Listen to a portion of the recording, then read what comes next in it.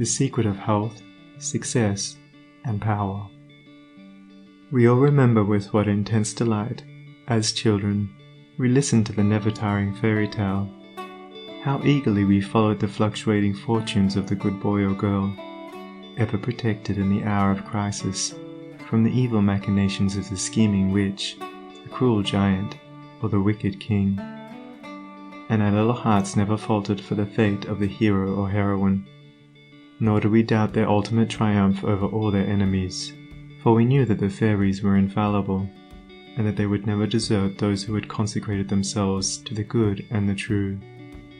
And what unspeakable joy pulsated within us when the fairy queen, bringing all her magic to bear at the critical moment, scattered all the darkness and trouble, and granted them the complete satisfaction of all their hopes, and they were, happily ever after.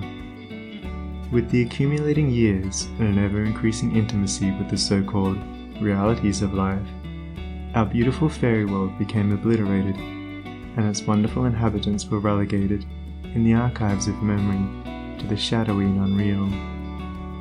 And we thought we were wise and strong in thus leaving forever the land of childish dreams.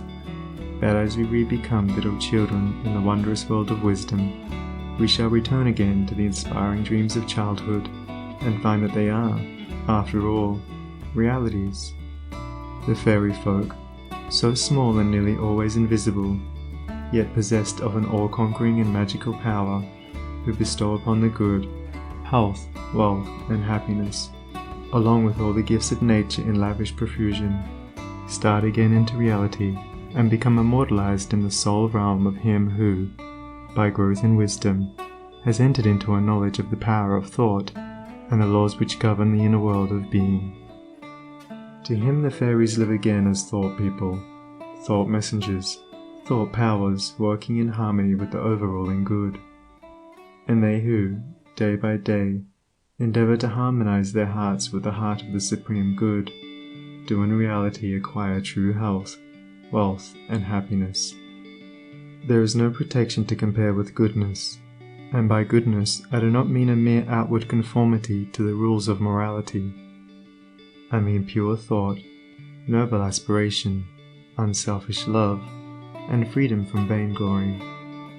To dwell continually in good thoughts is to throw around oneself a psychic atmosphere of sweetness and power which leaves its impress upon all who come in contact with it. As the rising sun puts to rout the helpless shadows, so are all the impotent forces of evil put to flight by the searching rays of positive thought which shine forth from a heart made strong in purity and faith. Where there is sterling faith and uncompromising purity, there is health, there is success, there is power. In such a one, disease, failure, and disaster can find no lodgment, for there is nothing on which they can feed. Even physical conditions are largely determined by mental states, and to this truth the scientific world is rapidly being drawn. The old, materialistic belief that a man is what his body makes him is rapidly passing away, and is being replaced by the inspiring belief that a man is superior to his body, and that his body is what he makes it by the power of thought. Men everywhere are ceasing to believe that a man is despairing because he is dyspeptic, and are coming to understand that he is dyspeptic because he is despairing. And in the near future, the fact that all disease has its origin in the mind will become common knowledge. There is no evil in the universe but has its root and origin in the mind, and sin, sickness, sorrow, and affliction do not, in reality, belong to the universal order, are not inherent in the nature of things, but are the direct outcome of our ignorance of the right relations of things. According to tradition, there once lived, in India, a school of philosophers who led a life of such absolute purity and simplicity that they commonly reached the age of 150 years, and to fall sick was looked upon by them as an unpardonable disgrace, for it was considered to indicate a violation of law. The sooner we realize and acknowledge that sickness, far from being the arbitrary visitation of an offended God, or the test of an unwise providence, is the result of our own error or sin, the sooner we shall enter upon the highway of health. Disease comes to those who attract it, to those whose minds and bodies are receptive to it, and flees from those whose strong, pure, and positive thought sphere generates healing and life-giving currents. If you are given to anger, worry, jealousy, greed, or any other inharmonious state of mind and expect perfect physical health, you are expecting the impossible, for you are continually sowing the seeds of disease in your mind. Such conditions of mind are carefully shunned by the wise man, for he knows them to be far more dangerous than a bad drain or an infected house. If you would be free from all physical aches and pains, and would enjoy perfect physical harmony, then put your mind in order and harmonize your thoughts. Think joyful thoughts, think loving thoughts. Let the elixir of goodwill course through your veins, and you'll need no other medicine.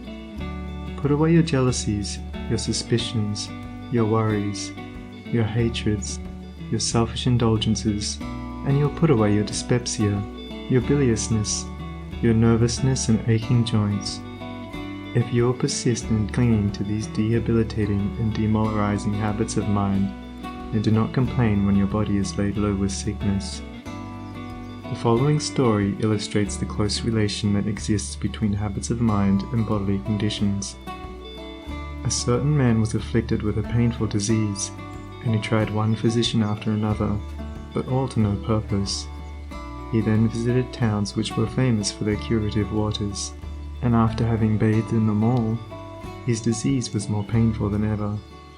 One night he dreamed that a presence came to him and said, "Brother, hast thou tried all means of cure?"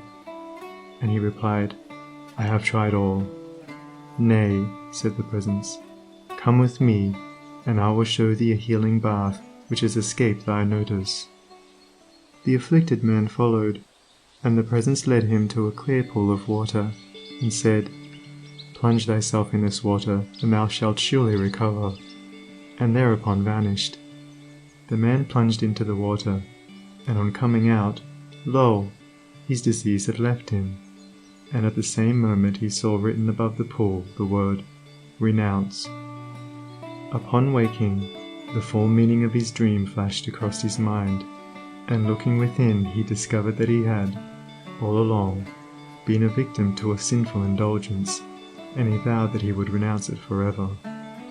He carried out his vow, and from that day his affliction began to leave him, and in a short time he was completely restored to health.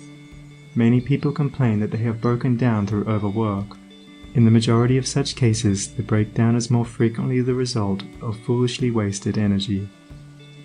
If you would secure health, you must learn to work without friction.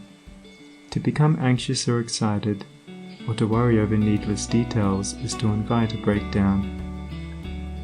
Work, whether of brain or body, is beneficial and health-giving, and the man who can work with a steady and calm persistency, freed from all anxiety and worry, and with his mind utterly oblivious to all but the work he has in hand, will not only accomplish far more than the man who is always hurried and anxious, but he will retain his health, a boon which the other quickly forfeits. True health and true success go together, for they are inseparably intertwined in the thought realm. As mental harmony produces bodily health, so it also leads to a harmonious sequence in the actual working out of one's plans. Order your thoughts and you will order your life.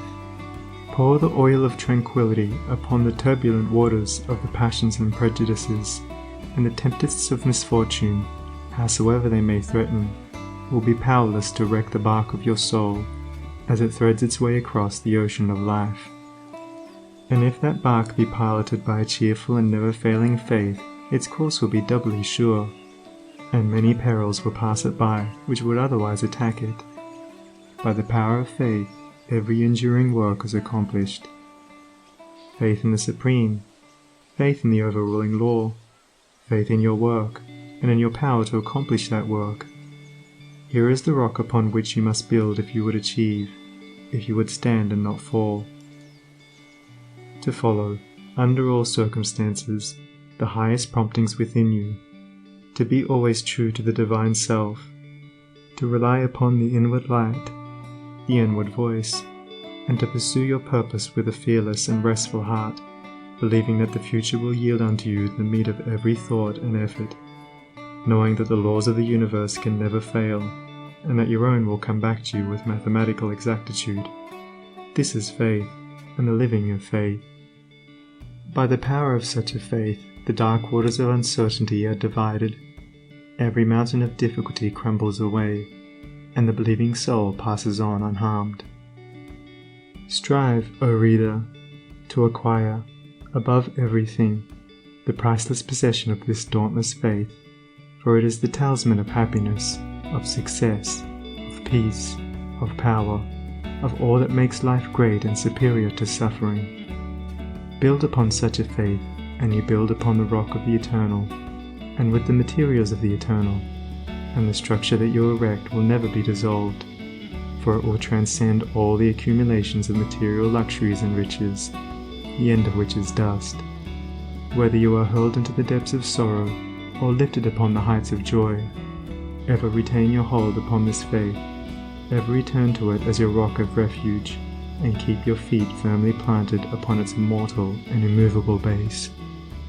Centered in such a faith, you will become possessed of such a spiritual strength as will shatter, like so many toys of glass, all the forces of evil that are hurled against you, and you will achieve a success such as the mere striver after worldly gain can never know or even dream of.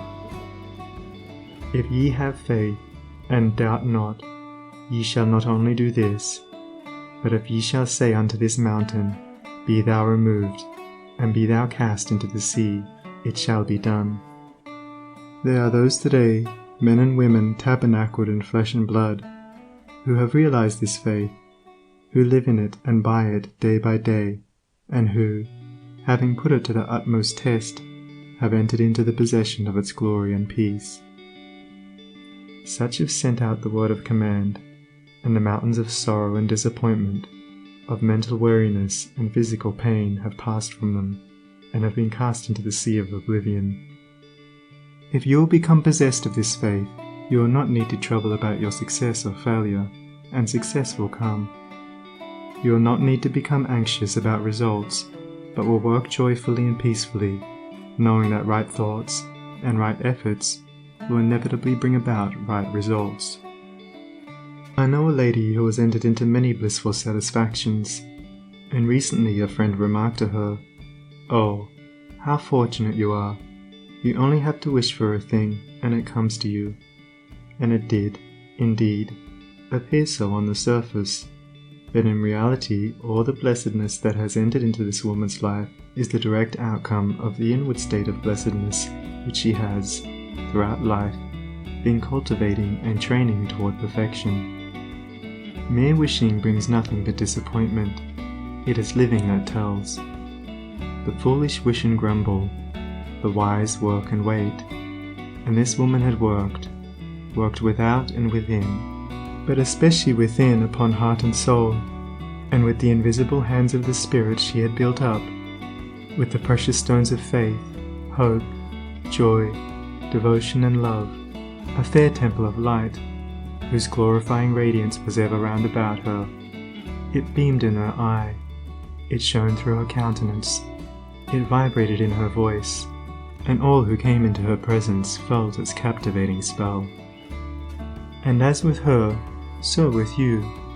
Your success, your failure, your influence, your whole life you carry about you, for your dominant trends of thought are the determining factors in your destiny. Send forth loving, stainless, and happy thoughts, and blessings will fall into your hands, and your table will be spread with the cloth of peace. Send forth hateful, impure, and unhappy thoughts, and curses will rain down upon you, and fear and unrest will wait upon your pillow. You are the unconditional maker of your fate, be that fate what it may. Every moment you are sending forth from you the influences which make or mar your life. Let your heart grow large and loving and unselfish, and great and lasting will be your influence and success, even though you make little money. Confine it within the narrow limits of self-interest,